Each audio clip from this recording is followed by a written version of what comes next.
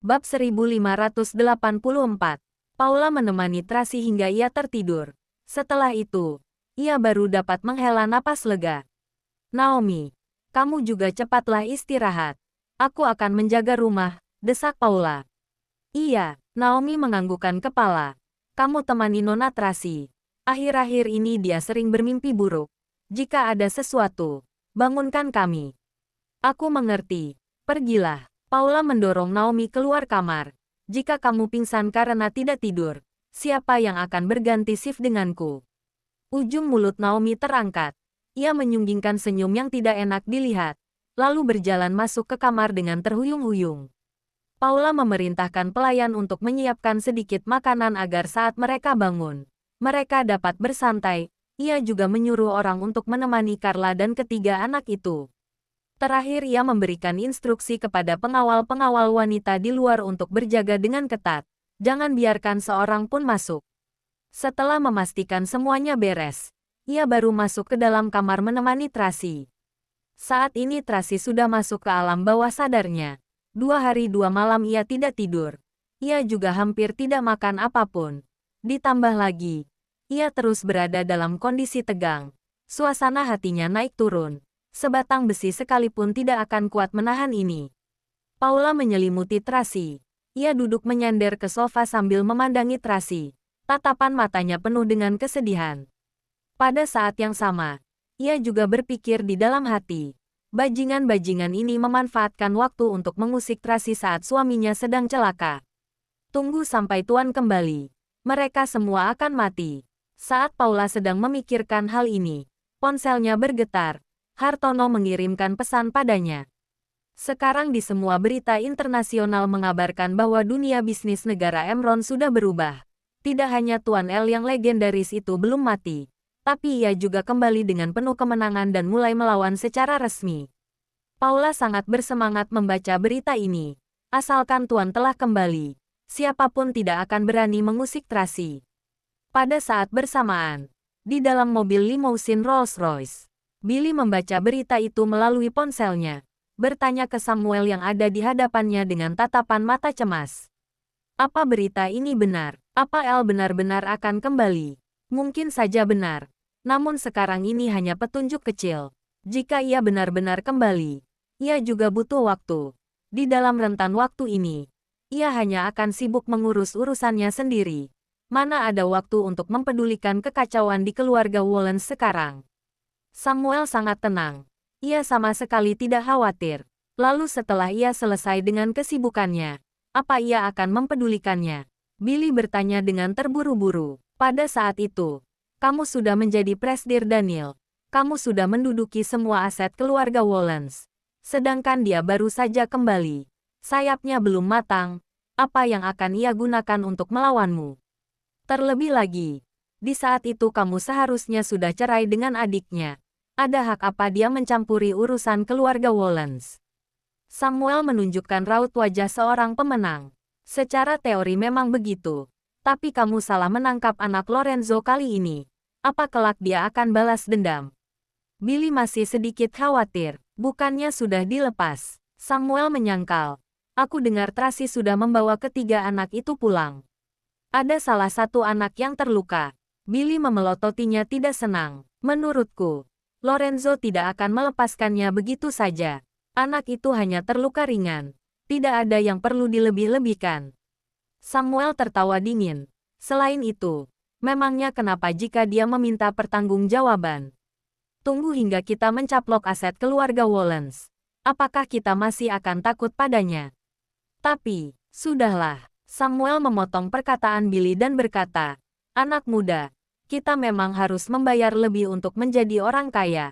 Kamu dari seorang playboy, tiba-tiba menjadi orang terkaya di dunia. Pasti ada resiko yang harus kamu tanggung. Billy merasa perkataan Samuel benar. Apapun yang ada di dunia ini pasti tetap memiliki resiko. Terlebih lagi ia yang tiba-tiba mengubah statusnya. Memiliki kekayaan yang tidak mungkin bisa ia raih seumur hidupnya. Tentu saja akan ada sedikit resiko yang harus ia tanggung. Itu adalah hal yang wajar. Namun sekarang ada satu hal yang harus kita bereskan terlebih dahulu. Samuel tiba-tiba mengingatkannya dengan serius. Bercerai dengan Tracy. Bab 1585. Bicara tentang perceraian. Billy sedikit ragu. Meskipun tujuan utamanya kembali adalah untuk membalaskan dendam, namun ia masih memiliki sedikit obsesi yang tidak terlupakan pada Tracy. Apalagi setelah menjadi Daniel palsu, ia memiliki kesempatan untuk mendekatinya beberapa kali.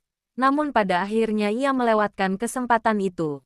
Seperti daging lemak yang sudah sampai di depan mulut, tapi terlepas kembali, membuat hatinya semakin gatal. Mendapatkan Tracy, kini menjadi obsesi hatinya. Namun Tracy begitu temperamental dan sulit dihadapi. Jika ia menceraikannya seperti ini, ia khawatir peluang untuk mendapatkannya kembali akan semakin kecil. Perceraian ini harus dilakukan dan harus secepatnya dilakukan. Samuel mengingatkannya dengan sungguh-sungguh. Hanya dengan bercerai dengan Tracy, harta keluarga Wollens akan menjadi milik pribadi. Jika tidak, Tracy akan selalu punya hak untuk ikut campur. Selain itu, kamu juga barusan sudah mengatakannya. Elle akan segera kembali. Jika kamu menunggu dia kembali baru bercerai dengan Tracy, dia jadi punya alasan untuk mencampuri urusan keluarga Wollens. Sampai pada saat itu, kamu akan sulit untuk menyingkirkannya. Aku mengerti semua logika ini. Billy mencari alasan. Perceraian ini memang harus dilakukan. Namun Tracy yang temperamental seperti itu, aku khawatir ia tidak akan setuju. Aku punya rencana agar dia menyetujuinya. Samuel sudah menyusun rencana. Jangan khawatir. Aku akan mengatur semuanya. Kamu lakukan saja sesuai dengan rencanaku. Menggunakan kedua anak itu untuk mengancamnya. Raut wajah Billy penuh dengan tatapan menghina. Kamu benar-benar kejam. Kita berada dalam satu perahu. Samuel tidak marah. Ia malah tersenyum. Seorang prajurit tidak pernah bosan dengan tipu daya. Billy sadar ia sudah tidak dapat mundur. Ia tidak berkata banyak dan mengalihkan pembicaraan. Sudahlah. Kita turun di depan. Sudah mau sampai di kantor. Oke. Samuel mematikan cerutu yang ada di tangannya. Berkata sambil memperingatinya. Lakukan sesuai dengan yang kuperintahkan. Yang terpenting hari ini adalah mengatur ulang posisi Dewan Direksi. Masukkan orang-orang kita. Hal-hal lainnya kita bicarakan nanti. Aku mengerti. Billy menjawab dengan tidak sabar. Mobil berhenti di depan. Samuel membawa anak buahnya turun dari mobil dan pindah ke mobil belakang. Billy melirik ke arah mobil keluarga Amberson dengan tatapan jijik. Sebagai anggota keluarga Wollens, ada sebuah kebanggaan yang melekat bersamanya. Ada beberapa batasan yang tidak boleh disentuh. Namun Samuel, si tua bangka ini, tidak memiliki batasan sama sekali. Ia bahkan juga menyentuh anak kecil. Ia khawatir akan lebih banyak hal yang melebihi batasan yang harus ia lakukan. Tuan Billy, pengawal di samping menyapanya. Billy melirik mereka. Orang-orang itu langsung mengubah sapaan. Presdir Daniel. Katakan, Billy menaikkan alisnya dengan dingin. Aku merasa Presdir Samuel begitu ambisius. Anda harus berhati-hati. Pengawal itu mengingatkannya. Jika pada akhirnya Anda sama-sama jatuh, maka bagaimana mungkin aku tidak tahu? Billy mengerutkan dahi. Hatinya sangat tertekan. Dan tidak tahu apakah hasil uji lab itu sebenarnya asli atau palsu. Apa kamu sedang membicarakan racun itu? Pengawal itu langsung menganggukkan kepala. Aku juga merasa tidak tenang. Hasil uji lab di Skywell waktu itu menunjukkan ada racun dalam darah Anda. Tapi, Presdir Samuel bilang bahwa Tracy dan kedua anak itu yang sengaja menipu Anda. Jadi dia membawa Anda ke rumah sakit untuk melakukan pemeriksaan ulang. Hasilnya tidak ada racun dalam darah Anda. Setelah dipikir-pikir, hasil uji lab itu kemungkinan bermasalah. Biar bagaimanapun, itu adalah rumah sakit keluarga Amberson. Carikan aku sebuah rumah sakit. Aku akan melakukan tes darah lagi. Billy memerintahkannya dengan tegas. Lakukan secara diam-diam. Jangan sampai orang lain tahu. Baik. Aku akan segera mengaturnya. Pengawal-pengawal itu langsung menganggukkan kepala. Pada saat ini, mobil sudah sampai di depan gedung grup Skywell. Wartawan-wartawan mengepunya dari luar. Billy mengatur kembali suasana hatinya. Ia menirukan sikap Daniel yang dingin dan mendominasi, lalu melangkah keluar dari mobil. Presdir Daniel. Sekelompok wartawan langsung mengelilinginya dan bertanya dengan penuh energi. Dengar-dengar Anda akan bercerai dengan Tracy. Apakah ini benar? Bab 1586. Presdir Daniel. Jika Anda dan Nona Tracy bercerai, bagaimana dengan masalah pembagian harta? Benar, Presdir Dantel. Sebelumnya ada rumor yang mengatakan bahwa Anda telah menyerahkan seluruh aset pribadi kepada Nona Tracy. Sekarang jika bercerai, bukankah ia akan menjadi Presdir Grup Wollens? Presdir, apakah 3 anak itu bukan anak kandung Anda? Presdir, dengar-dengar Tuan Lorenzo sudah kembali dan akan bangkit kembali. Apakah akan mempengaruhi hubungan Anda dengan Nona Tracy? Presdir, apakah Anda dan Nona Tracy sudah mengurus prosedur perceraian? Presdir, apakah penceraian Anda dengan Nona Tracy berhubungan dengan Tuan Victor? Ketika mendengar berbagai pertanyaan ini, kening Billy mulai mengerut. Cepat sekali kabar perceraiannya beredar. Tampaknya ia benar-benar harus bercerai.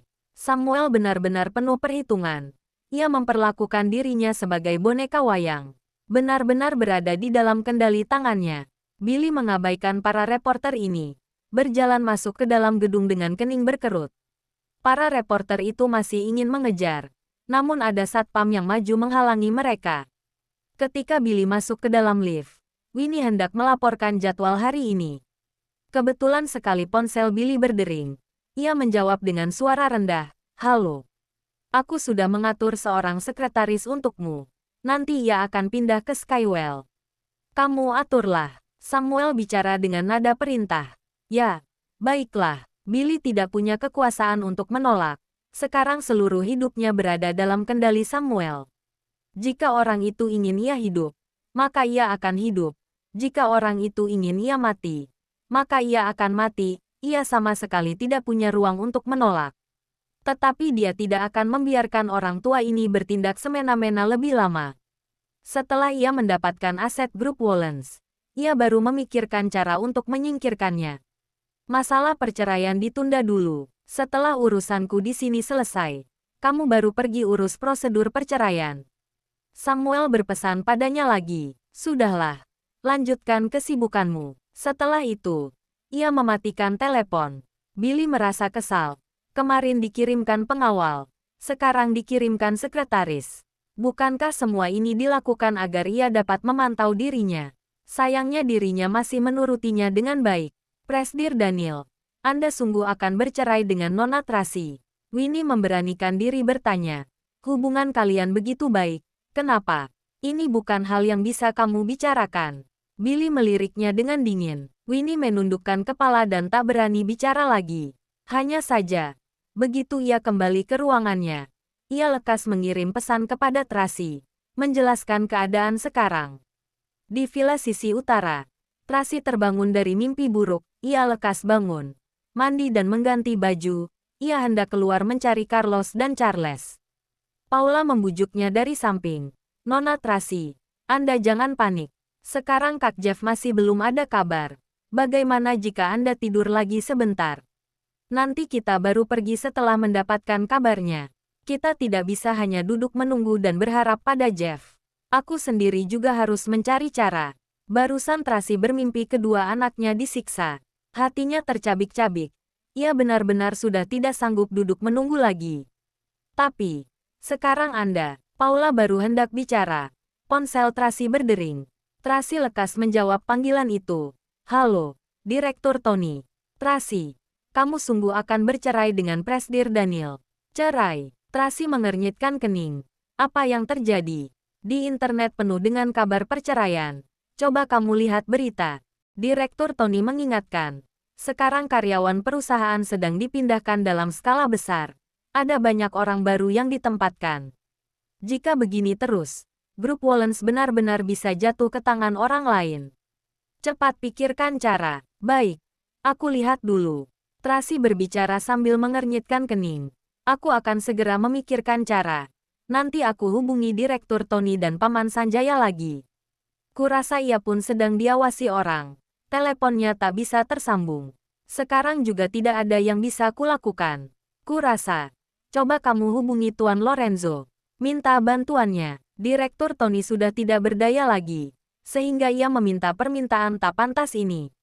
Bab 1587. Baik, aku akan berdiskusi dengan kakak. Sebenarnya Tracy tahu, pada saat seperti ini, dia tidak boleh mengganggu Lorenzo. Tetapi agar Direktur Tony tenang, ia terpaksa menjawab seperti itu. Oke, jika ada Tuan Lorenzo yang membantu, maka masalah dapat diselesaikan. Sesuai dugaan, Direktur Tony ternyata sangat senang. Tracy, masalah ini tak boleh dilakukan dengan ceroboh. Mereka sangat licik.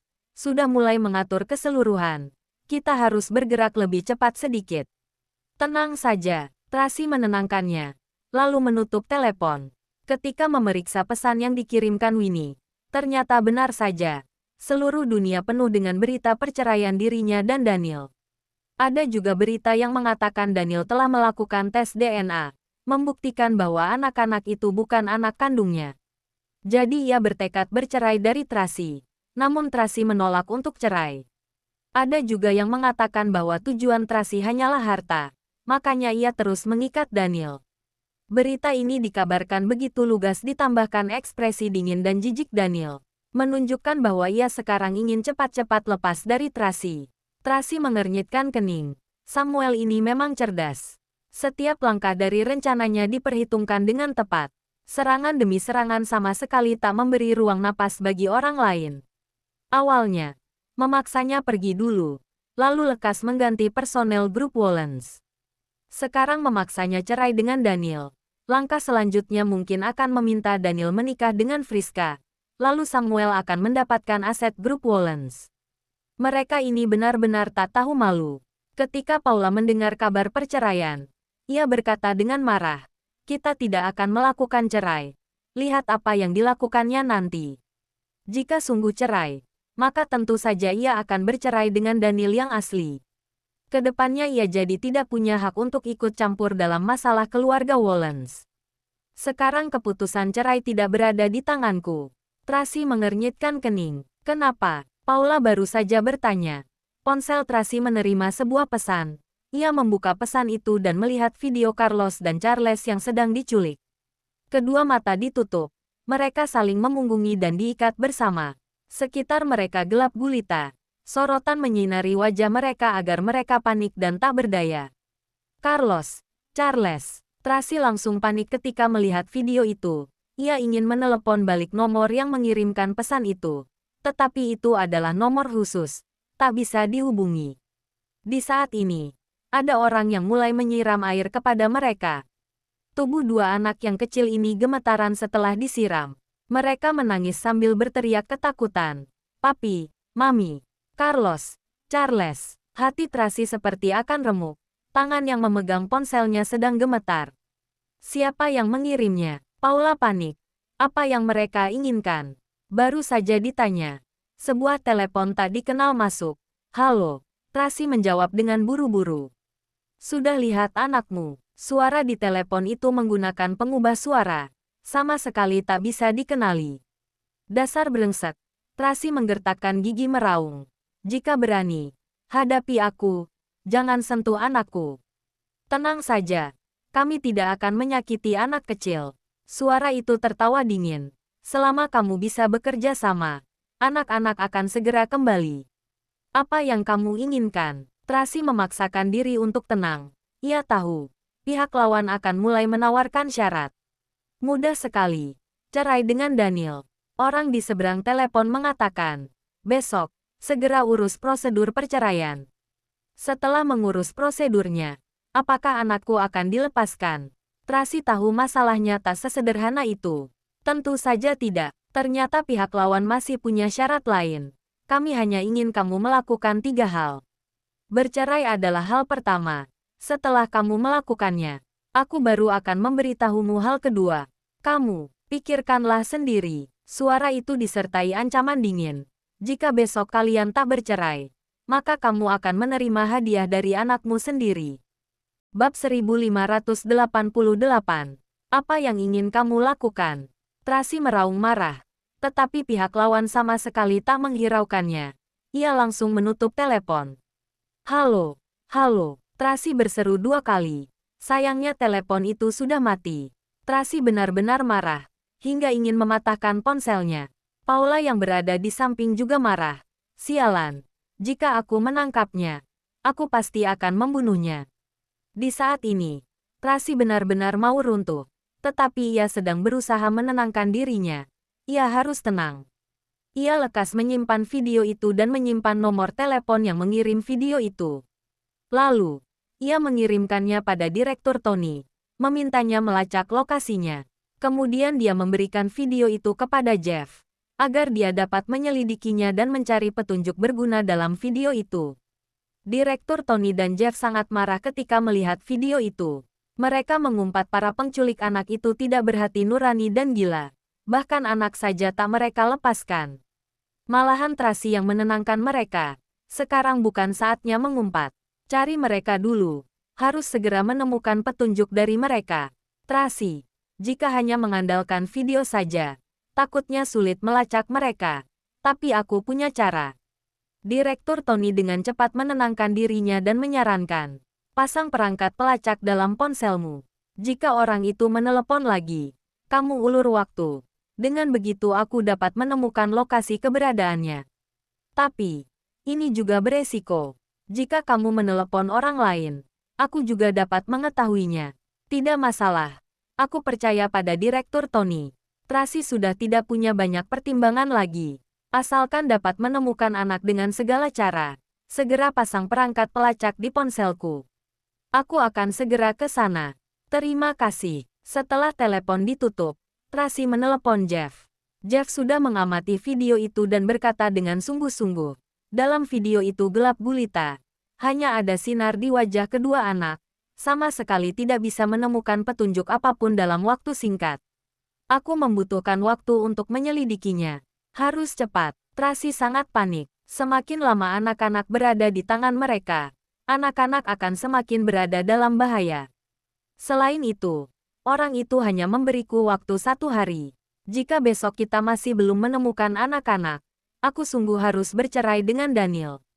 Aku paham. Aku akan mencari cara. Jeff menenangkannya. Nona Tracy, Anda tenang saja. Aku rasa mereka tak akan berani menyentuh anak-anak untuk sementara. Seharusnya ada banyak hal yang mereka ingin Anda lakukan. Tapi aku sangat cemas. Carlos dan Charles masih kecil. Suara Tracy menjadi serak. Baik, baik, aku akan segera mencari cara. Jeff buru-buru menenangkan. Jangan cemas. Kita pasti bisa menyelamatkan mereka. Terima kasih. Setelah menutup telepon, Tracy terduduk lemas di atas sofa. Tapi ia perlu mengurus beberapa hal. Jadi ia terus mengendalikan perasaannya agar dirinya tetap tenang. Tetapi sekarang, ia sudah tak tahan lagi. Nona Tracy. Paula melihat Tracy dengan sedih. Tidak tahu bagaimana menghiburnya. Keluarlah. Aku ingin menenangkan diri sendirian. Tracy memegang keningnya dan bersandar pada sofa. Ia benar-benar lemas sekarang. Ketika Paula hendak keluar, terdengar suara ketukan pintu. Lalu Naomi masuk ke dalam. Nona Tracy, Dokter Lily menelepon. Katanya kita harus segera menjemput Ryan membawa pulang. Apa? Kenapa? Tanya Paula panik. Mungkin mereka sudah mulai beraksi.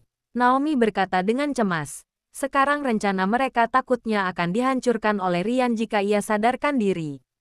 Jadi, mereka ingin melakukan sesuatu pada Ryan. Bagaimana dengan Hartono? Dalam sekejap Paula cemas. Hartono juga sama. Tapi yang ia ketahui tak banyak. Mungkin tak sebahaya Ryan. Hati Naomi sangat gelisah.